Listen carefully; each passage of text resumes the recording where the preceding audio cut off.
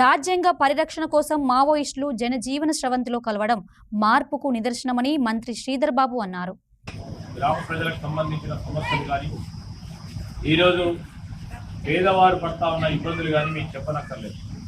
వారందరి గురించి మీరు ఒక పక్షాన పోరాటం చేసినవారు. ఈరోజు మనం పార్లమెంట్ ఎన్నికలు వచ్చినాయి. పార్లమెంట్ ఎన్నికల నేపథ్యంలో ఒక యువకుని, ఉత్సాహవంతుడు, చదువుకున్న వ్యక్తిని కాంగ్రెస్ పార్టీ అభ్యర్థిగా డిక్లేర్ చేయడం జరిగింది. వంశీకృష్ణ అని వెంకటస్వామి గారి మనవని ఈరోజు వారిని మన క్యాండిడేట్గా డిక్లేర్ చేయడం ఒక మంచి ఆలోచనపరమైన వ్యక్తి, పేదవారి సమస్యలు తెలిసిన వ్యక్తిగా వారందరి గురించి నేను మొన్న వానయ్య గారితో, చంద్రన్న గారితో మాట్లాడుతున్నాను.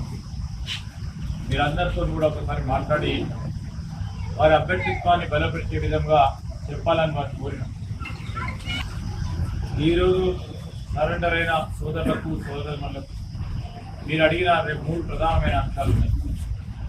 ఇల్లు లేని వారికి ఇంద్రమ్మ ఇల్లు ఇవ్వాలని, ఇళ్ల స్థలం కావాలని, సాగు చేసుకునేందుకు ఒక స్పష్టంగా మీరు పేర్కొన్న 4 అంశాలని ఒక పరంగా నా నియోజకవర్గంకి అయితే తప్పకుండా ఒక ప్రత్యేక ప్రణాళికతో పనిచేస్తాం.